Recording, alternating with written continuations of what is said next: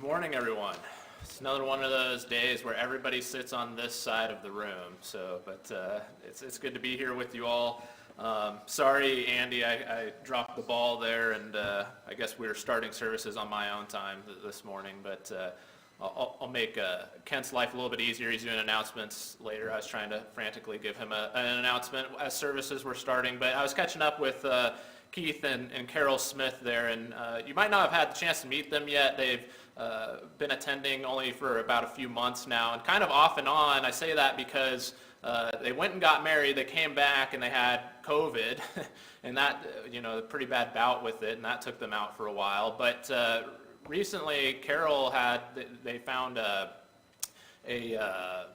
growth on her lung, and they had to remove the bottom lobe of her lung, and she's been they went and had surgery done for that, and she's been recovering from that surgery. And so you can imagine they're messing with your lung. That makes breathing more difficult, and you can just kind of imagine the challenges that have gone with that. And so keep them in your prayers. Pray that she heals swiftly, and also pray that they have no more health issues or anything like that. Pray that they're done with those things. I imagine that's really scary, especially when you get married and you're running into these kind of health scares. So keep them in your prayers.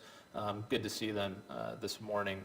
I also want to mention we're doing small group tonight, and you'll notice that the discussion questions, this has come up a couple times, and I need to clarify it from the pulpit.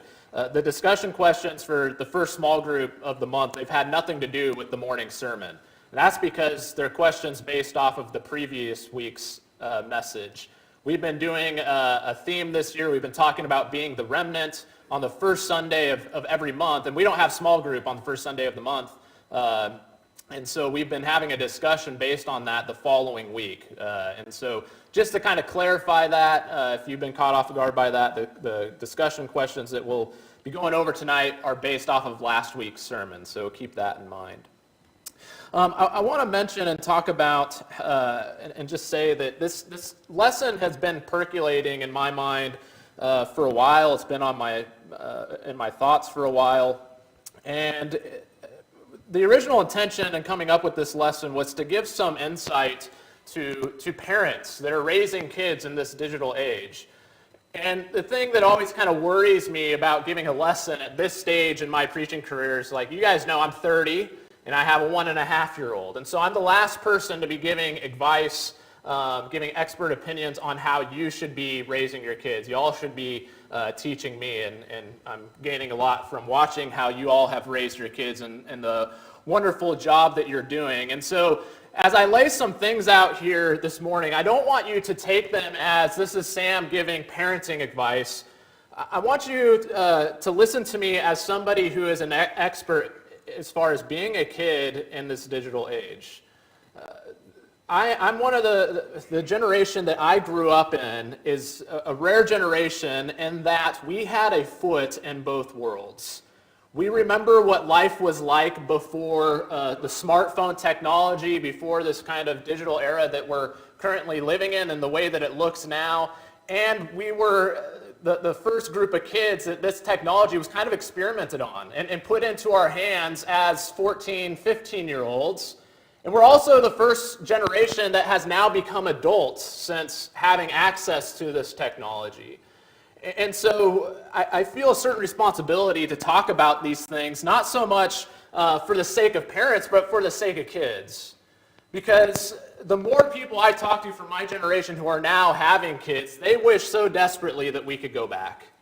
We wish that we could go back to before, when life was simpler, when you didn't have to have a screen in your face, it seems 24/7, when you're not constantly being summoned by your smartphone device. And so just a little bit of background, you'll remember when the first iPhone hit the market.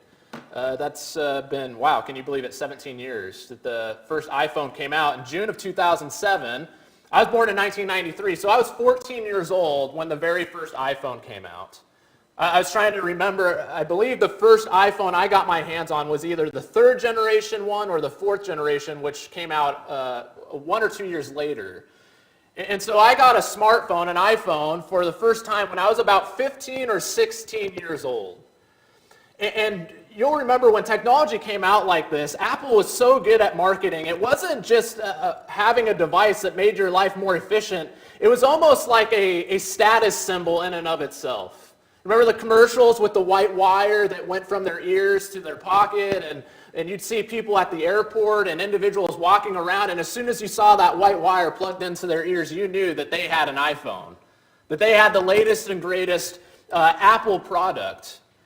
And so this was the case at school as well, that the cool kids all had iPhones. And so I remember pretty quickly starting to have negotiations with my dad, trying to sell him on why it's a good idea, why he needs to get me an iPhone. And what I didn't realize is that when I finally got my hands on one, I was stepping out of one world into the next.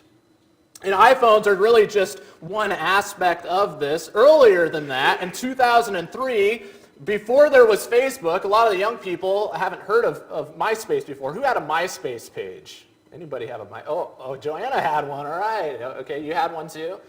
I am so glad that this company went under because the database was deleted and none of the embarrassing things I posted on there can be found anymore. They've been totally deleted and removed from the internet, which is good news for me because I was not allowed to have a MySpace account. Again, this is just Facebook before Facebook.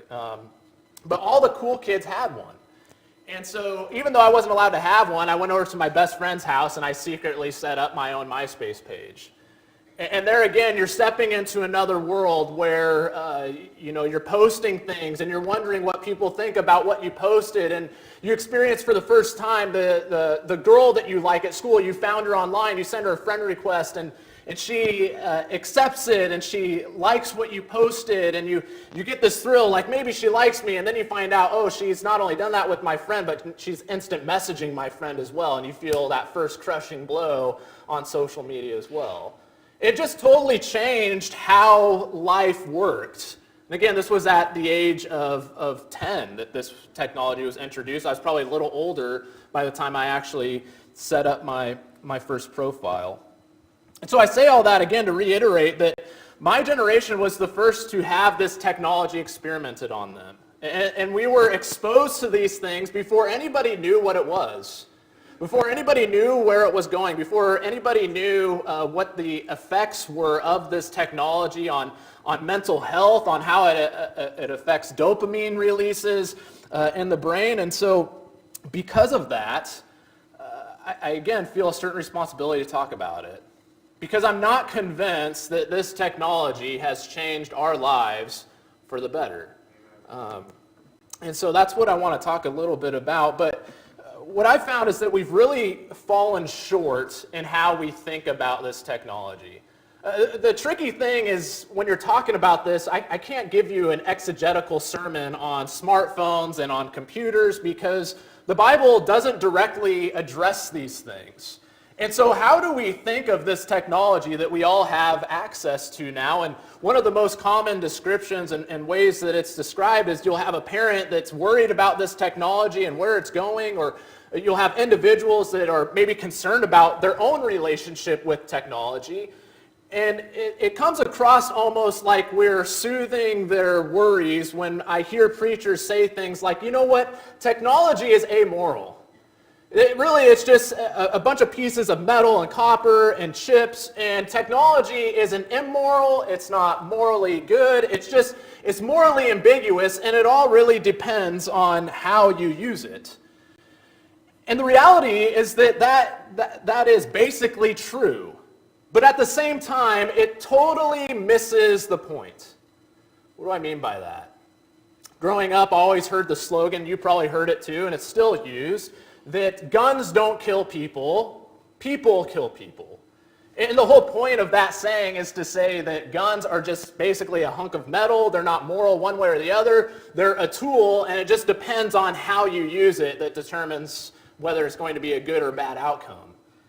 And I agree with that sentiment, and probably a lot of us agree with that sentiment, but at the same time, how many of us are going to go out, buy a pistol for our 11 or 12-year-old and say, hey, I want you to walk around with this thing on your hip all day, every day, even when no parents or supervision is around? No, we'd say that's crazy. A more accurate question would be, are smartphones dangerous? It's interesting when you Google and you look at spiritual counsel on technology, what a lot of people will do is they'll compare it to technology so-called in the Bible. And they'll look at how, Cain, he went out and he built a city, and they'll talk about how the temple was being built and God inspired the craftsmen, or they'll talk about how Jesus was a carpenter and he had to use all different kinds of technology in order to do his job efficiently. And they'll basically talk about that as if it's the same thing as what we're dealing with today. And we all know that those things have nothing to do with each other. Maybe one verse that helps guide my thinking on this. When you think about power tools, and maybe some wives would beg to differ on this, power tools are not something that have the potential of dominating your life, of taking control of your life, of enslaving you to them. Paul says, all things are lawful for me, but not all things are helpful. All things are lawful for me, but I will not be dominated by anything. Technology, we'll see this morning, I have some statistics to back it up. Technology and these smartphones and smart devices, they have this incredible potential to enslave us to them, to completely take over and dominate our lives to the point where our lives look nothing like they did before.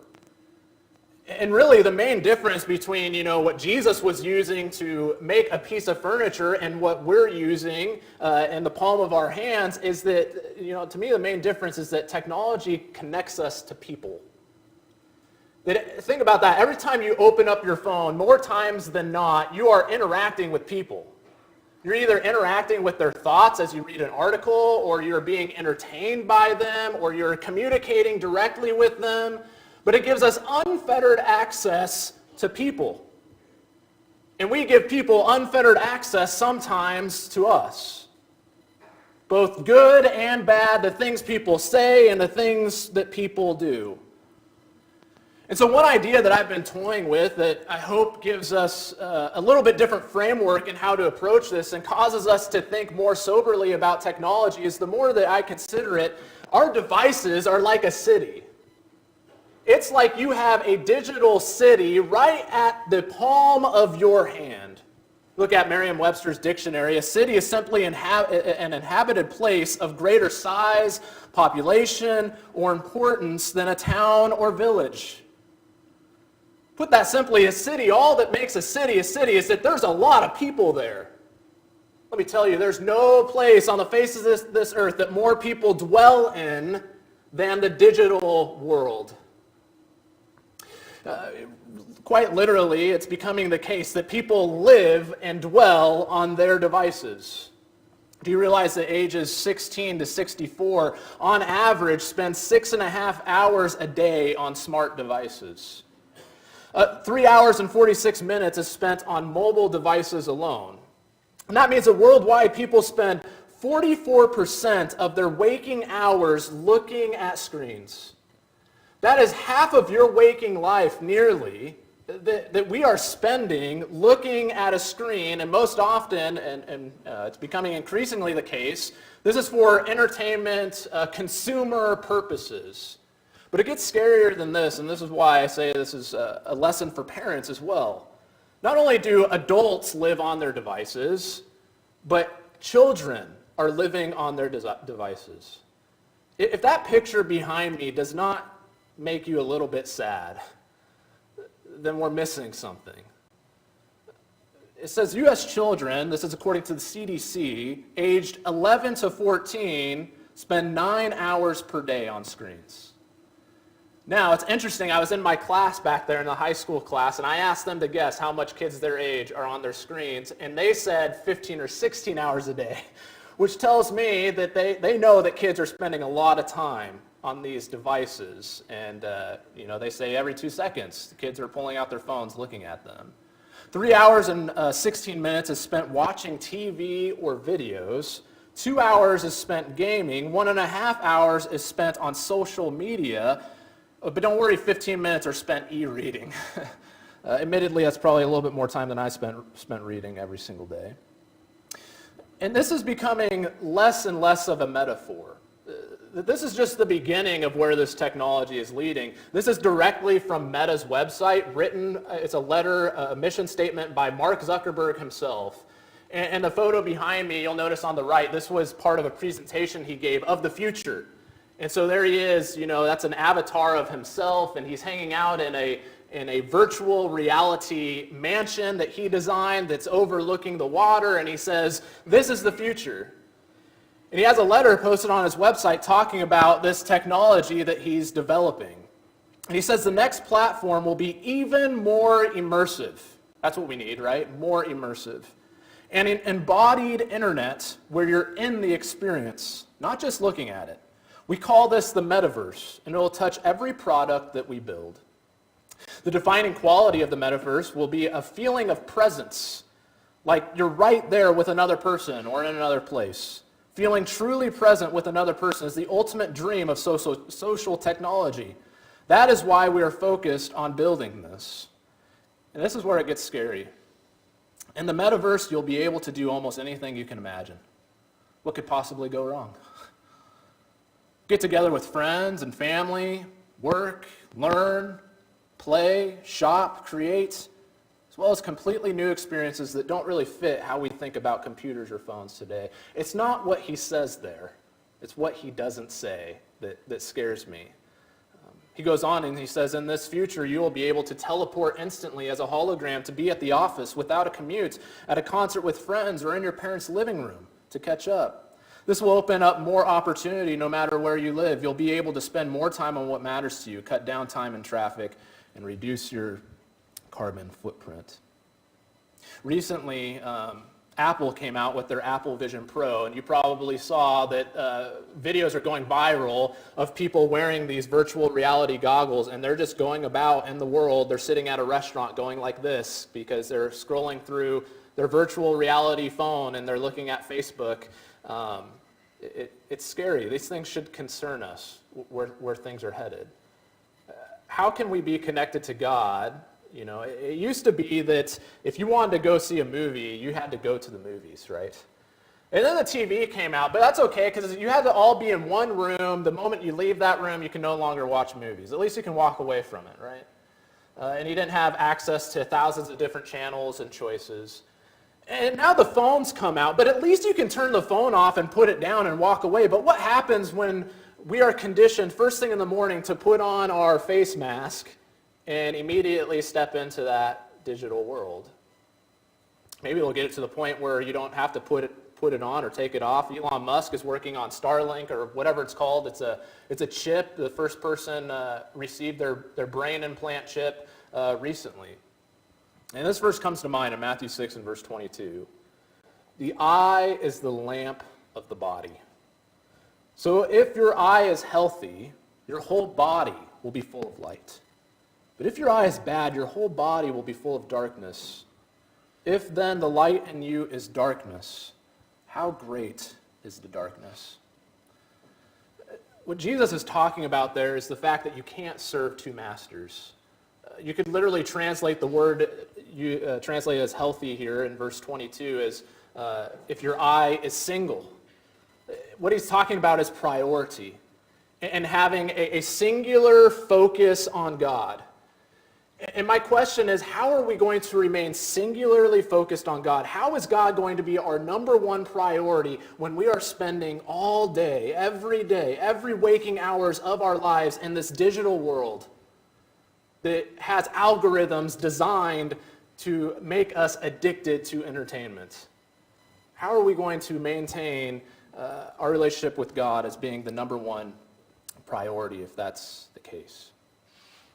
And so I say that this is a digital city at the palm of your hands, not just because people are living on it and spending all their waking hours on it, but because your phone gives you access virtually to all the same things that you have access to in a big bustling city.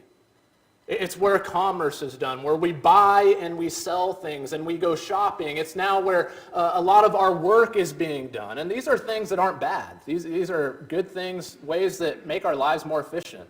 I know a lot of people that have met their spouses online.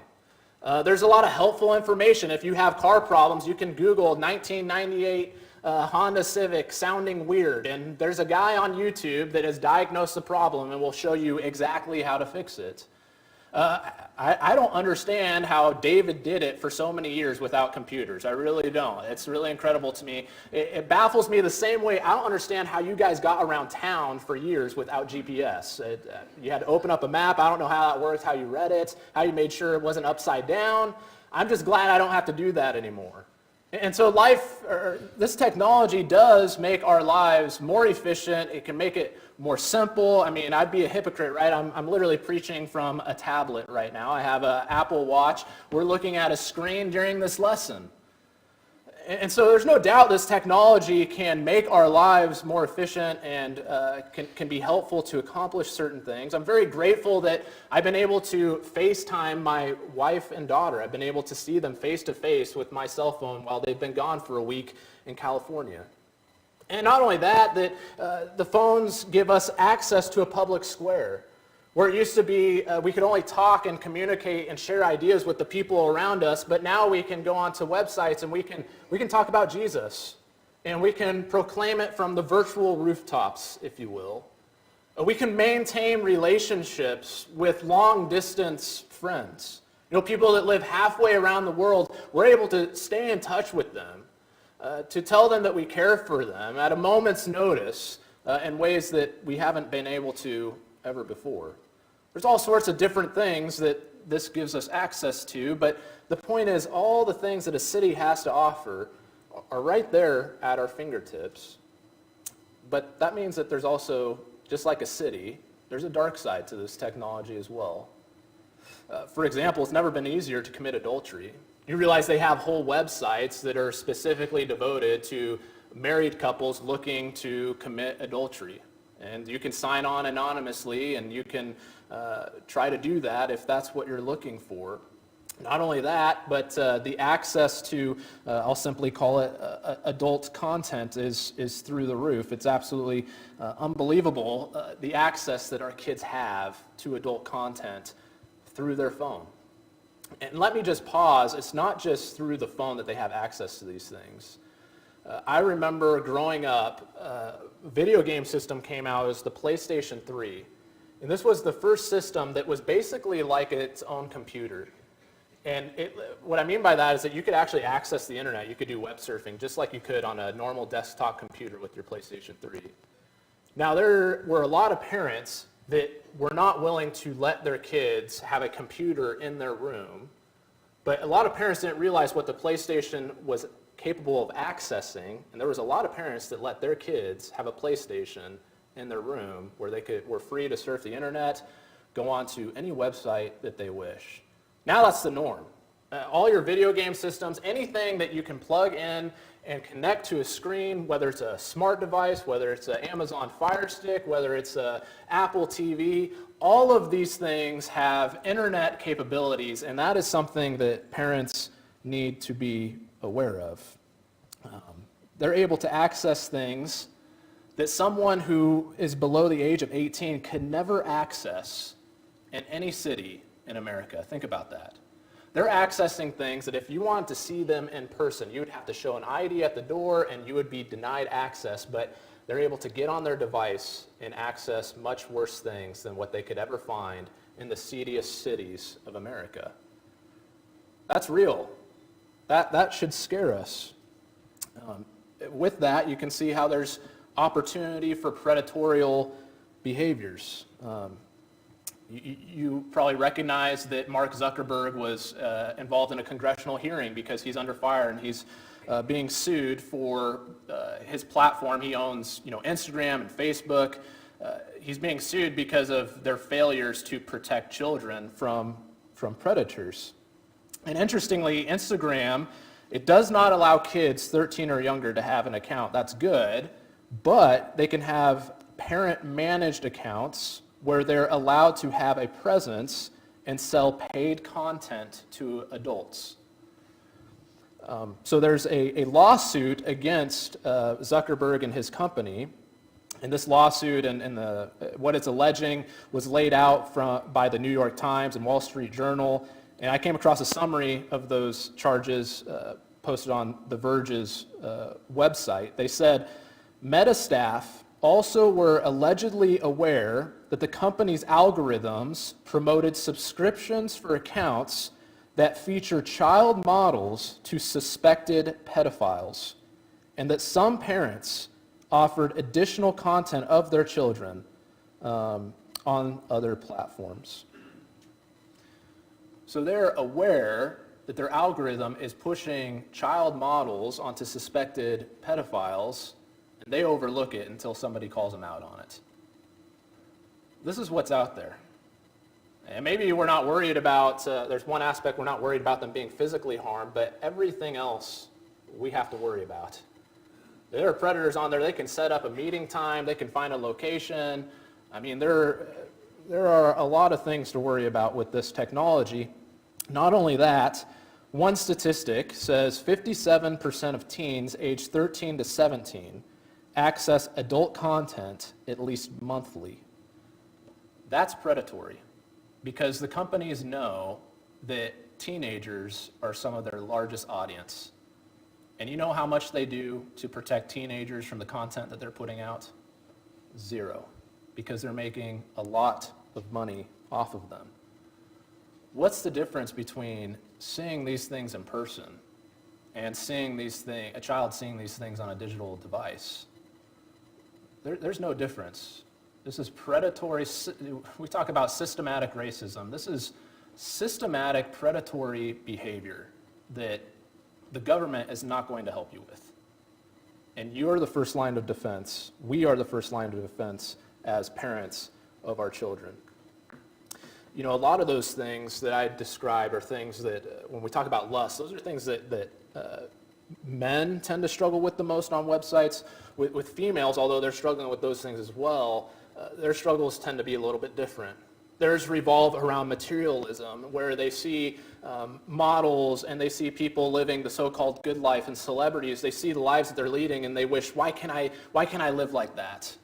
Why can't I have that? Why can't I be that happy? Why can't I look like that? And so there's all sorts of young females that are having body image issues, and they're having self-esteem issues, and all of these mental health issues that they're dealing with that are being aggravated by the content that they're consuming every single day on Instagram and on Facebook and these other social media websites. This is one that is probably the most underrated. When we give our kids these phones and don't practice any parental oversight on them, we're basically giving false teachers unfettered access to our children.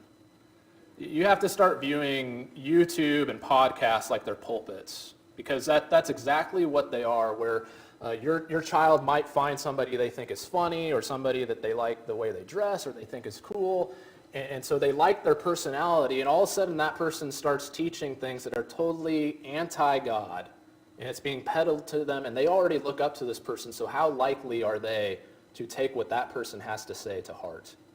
To look at that person and say, well, I like them so much, and so, yeah, I'm going to listen to what they say. You know, one verse that came to mind in all this is Jude.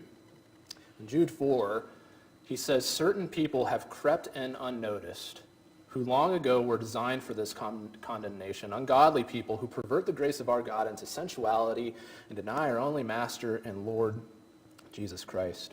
We pay a lot of attention to each other and to this location, into being on guard versus false teachers and pointing the finger at each other. But what kind of false teaching are we allowing to creep into our households through the digital devices that our kids have, again, unfettered access to? And we're giving them access to our children. So, I want you to imagine for a moment going to Las Vegas, a place full of lights, entertainment, a place that you could find some clean fun, but a place that you can find a lot of trouble to get into as well. And imagine driving with your child down to Las Vegas, parking your car on the Strip, telling them, here you go, kids, have fun. We'll pick you up in a few hours. Just have fun. I would venture to say none of us would do that. And yet I fear that that is precisely what we're doing when we give these phones to our kids and don't exercise any parental supervision over them. It's not to say that's what we're doing. I'm sure that we are exercising parental oversight on these devices, but if we're not, this passage comes to mind. Jesus says of children, "Whoever causes one of these little ones who believes in me to sin, it would be better for him to have a great millstone fastened around his neck and to be drowned into the depths of the sea." You know, in 2024, we don't have high places, but we have smartphones. And at what point, when our kids grow up having access to adult websites and apps that are literally designed to be addictive, to enslave our children, to rob them of their joy, at what point as parents do we share some culpability in that? I'm not here to answer that question. I'm just here to put that question on the table, to cause us to wrestle with these things, to ask these questions.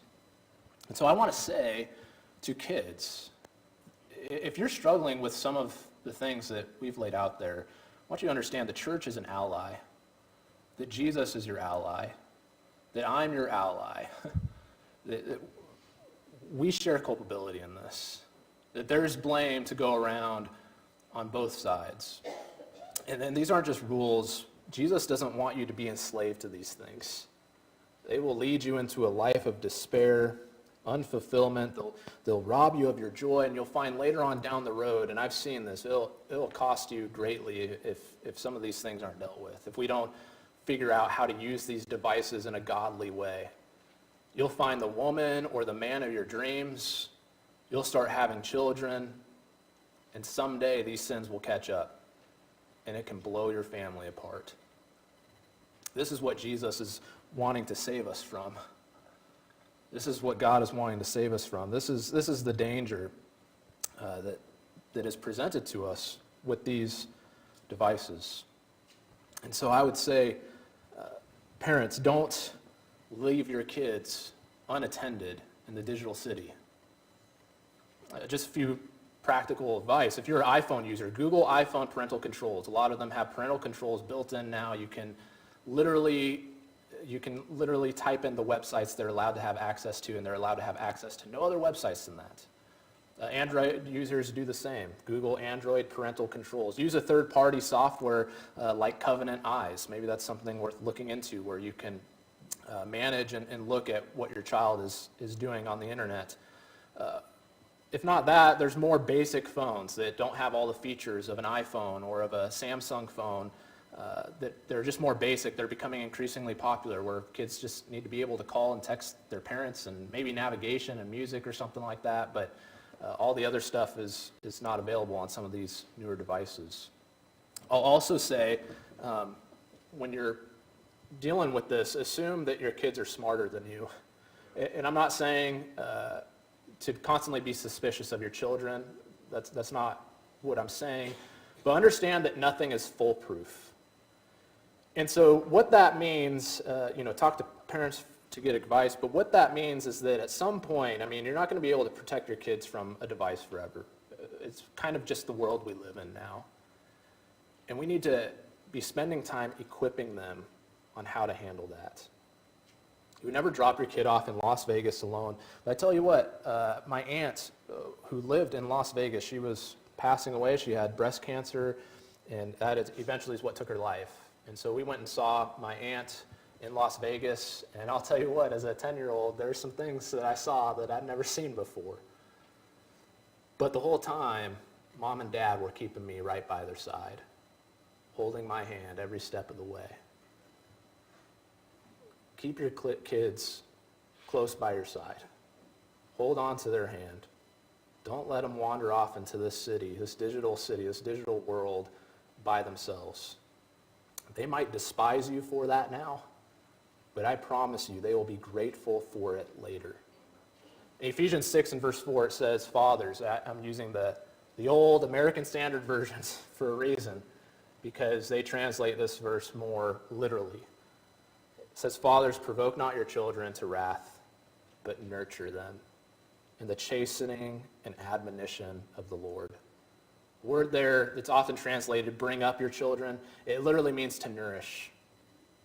And he puts this responsibility that's obviously shared by the parents, but it's specifically on the father. That it starts with us as fathers, providing a nourishing, spiritually nourishing environment for our kids. That means not just providing the right things, praying with them, taking them to church, reading the Bible with them, but it means protecting them from the spiritual poison that exists out there. So listen, I don't want people to think that if I see their kids with their phones or something like that, that I'm judging you or anything like that. I understand that these are questions that we're wrestling with, and each parent is going to take a slightly different approach. But all I'm saying is have these conversations with your spouse. Have conversations with your kids. Make sure that you're not just giving it over to them without any parental oversight, without spending time with them, without equipping them with the tools and how to handle this technology that they're going to have access to for the rest of their lives. If you're here this morning and maybe you've struggled with these things, maybe as an adult, this isn't just a problem that is facing our children, but this is something we're dealing with as adults as well. If you find that, you're just venturing off the path and getting further and further away from Christ, and you'd like to come back to him, you'd like help in trying to renew that relationship with him, grow closer to him, if there's anything that we can help you with, or if we can pray for you, please come forward at this time as we stand and sing Song 2.